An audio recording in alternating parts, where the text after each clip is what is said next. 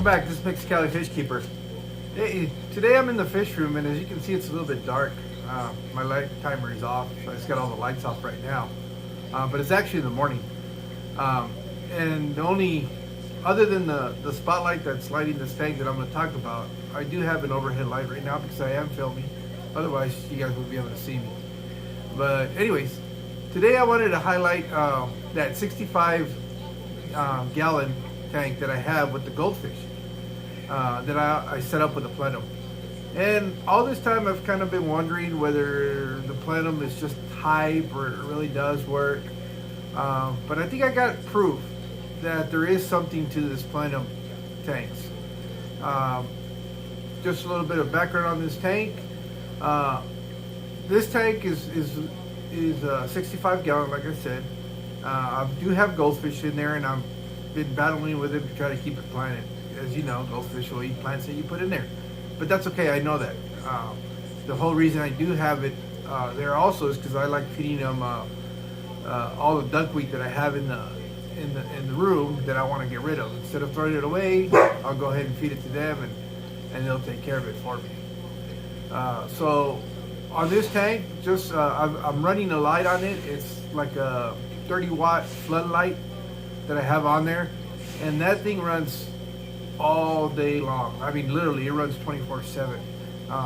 The reason I don't put it on a timer is because I don't have another 3-prong timer that I can hook it up to, and I just haven't gotten around to go to Walmart to buy it. And I sort of intentionally did it because I wanted to see if the Plenum was really going to help me fight algae, because that's what Dr. Novak claims, that the Plenums will help you reduce the algae in your tanks. He knows all the science behind it. What I'm able to grasp from it is basically it takes off all those excess nutrients out of the water, and that's why you don't get algae growth.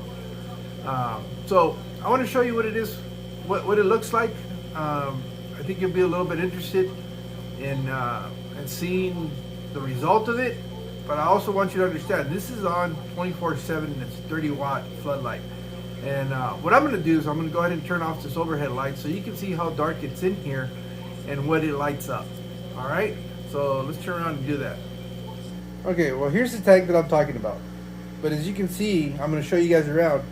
Without that light on, and this is during the day, you can see some of that light coming in, but it gets pretty dark in here. This is all my fish room. That's the reflections of the lights, but it gets pretty dark. So what I like to do is provide a source of light for the fish room, and that's what it is. And it's real simple. It's just one of those square floodlights, which I can show you. And that's it right there. It's 30 watt. I think it cost me, when I bought it, like $12 on Amazon.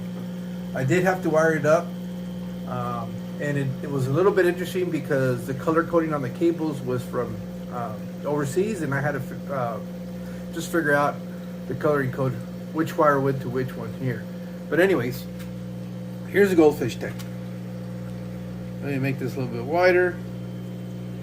And these guys have been in here since the beginning of the year. And as you can see, the water is very clear. I do have a little bit of like dust algae on the glass, but for this light being on 24/7, I mean, this light never goes off. You can see it's doing pretty good. All these over the HOB that hang on the back filter and that sponge filter, the only reason I have them in here is because they're my mechanical filtration. And any of you guys that's ever owned goldfish knows that these guys are just dirty. But I've managed with that and the Plenum, which is running right over here. The Plenum, for those that don't know, is basically using an undergravel filter, and the key to it is adding like clay-based source of media and iron. And what I use for my clay-based source is literally kitty litter. I use kitty litter that doesn't have any scent and doesn't clump. those were the specific requirements from Dr. Novak. As a matter of fact, I use a brand that he does, and you can pick it up at Walmart. And if you're interested in that, you could watch the video that I have on setting up this tank right here that you're looking at. But what I do like about it is the fact that, as dirty as these fish are, my water's pretty clear. And the Plenum seems to be doing its job because I don't have any excess algae in here. That algae that's in there, all I got to do is take a little, like a magic eraser pad, and scrub the viewing panels, and that'll be done. But here's and the other thing that I noticed is that with that Plenum, I've got these Anubias that I set in here, and I'm always known that Anubias are real slow growers, so I was expecting very minimal growth over a very, very long period of time. I don't know if this has got to do anything with the Plenum. I don't know if it's the fact that I'm running my lights 24/7, but this Anubias has been growing real quick, a lot quicker than I expected Anubias to grow. Obviously, these were the original leaves, and for the light being on all the time, they don't have any black-haired algae on them.